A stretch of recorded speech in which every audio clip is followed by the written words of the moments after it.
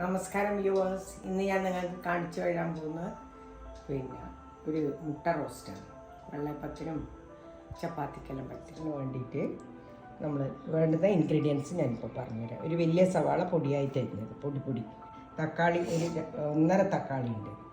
കറിവേപ്പില 3-4 തണ്ട്, 2 പച്ചമുളക്, 1.5 ടീസ്പൂൺ ഇഞ്ചി വെളുത്തുള്ളി പേസ്റ്റ്, 4 മുട്ട, 1 table spoon Kashmiri chilli, 1.5 table spoon മല്ലി, 1 ടീസ്പൂൺ മഞ്ഞൾ, 2 ടേബിൾ സ്പൂൺ വെളിച്ചെണ്ണ.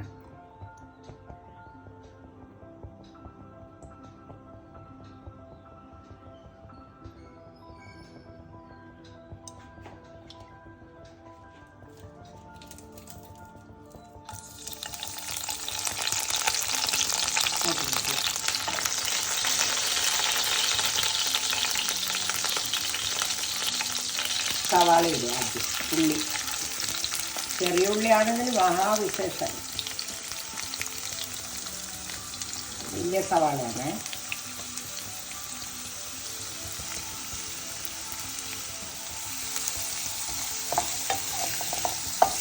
കുറച്ച് ഉപ്പിട്ടുണ്ട്, വേറെ ഉള്ളി ആവുക.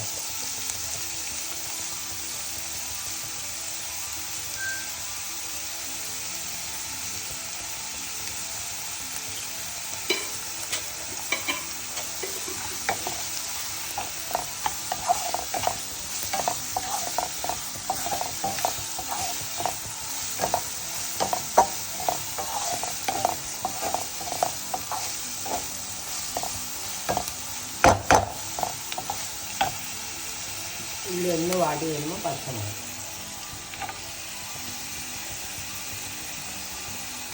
ഇട്ടൊക്കെ മസാല പിടിക്കാൻ വേണ്ടി നമ്മളിങ്ങനെ കൊടുക്കും. മീനെല്ലാം വരയുന്ന പോലെ.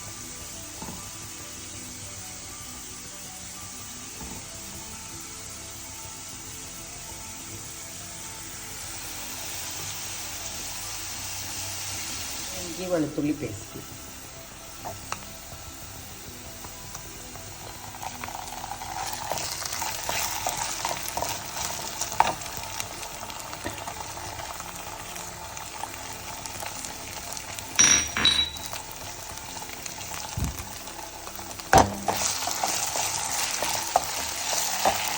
തക്കാളി.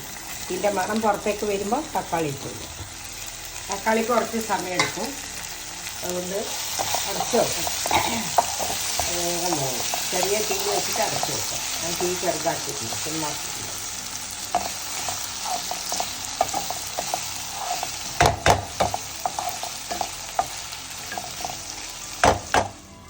തക്കാളി നല്ലോണം ഉടയണം.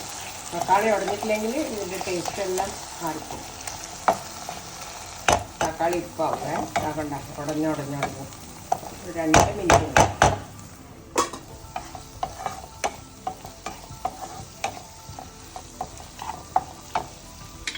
3 പൊടികൾ, 1/4 ടീസ്പൂൺ മഞ്ഞൾപ്പൊടി, 1.5 ടേബിൾ സ്പൂൺ മല്ലിപ്പൊടി, 1 ടേബിൾ സ്പൂൺ കാശ്മീരി ചില്ലി. എരിവുള്ള മുളകേ ഇട്ടിട്ടില്ല, പച്ചമുളക് ഇട്ടതുണ്ട്.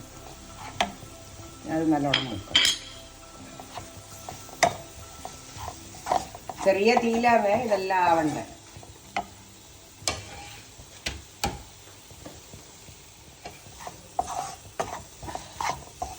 പൊടി നല്ലോണം ഇതിൻ്റെ അകത്ത് നമ്മൾ ആദ്യം ഒഴിച്ച എണ്ണേൻ്റെ അകത്തെല്ലാം നല്ലോണം മൂക്കണം, എന്നിട്ട് എടുക്കണം. അല്ലെങ്കിൽ ആ പച്ച മണം വരും.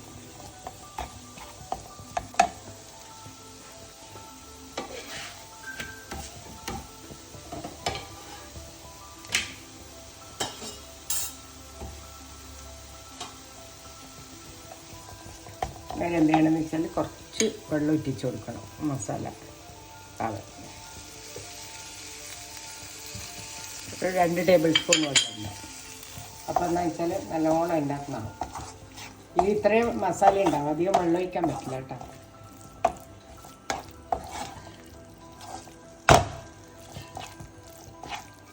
അപ്പത്തിനും ചപ്പാത്തിക്കും എല്ലാം ബെസ്റ്റാണ്. ചോറിനും എടുക്കാം.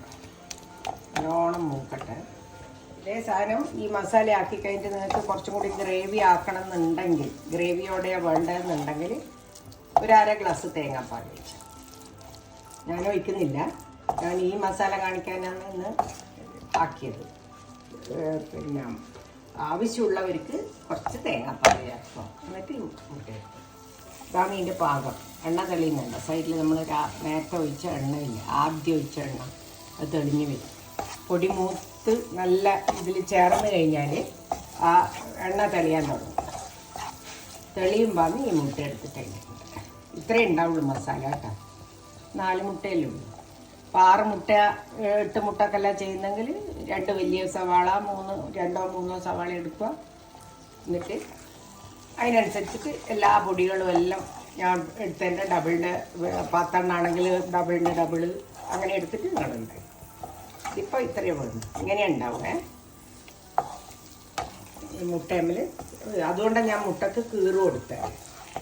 മുട്ടക്ക് ഈ കത്തി കൊണ്ടൊന്ന് വരഞ്ഞു കഴിഞ്ഞാൽ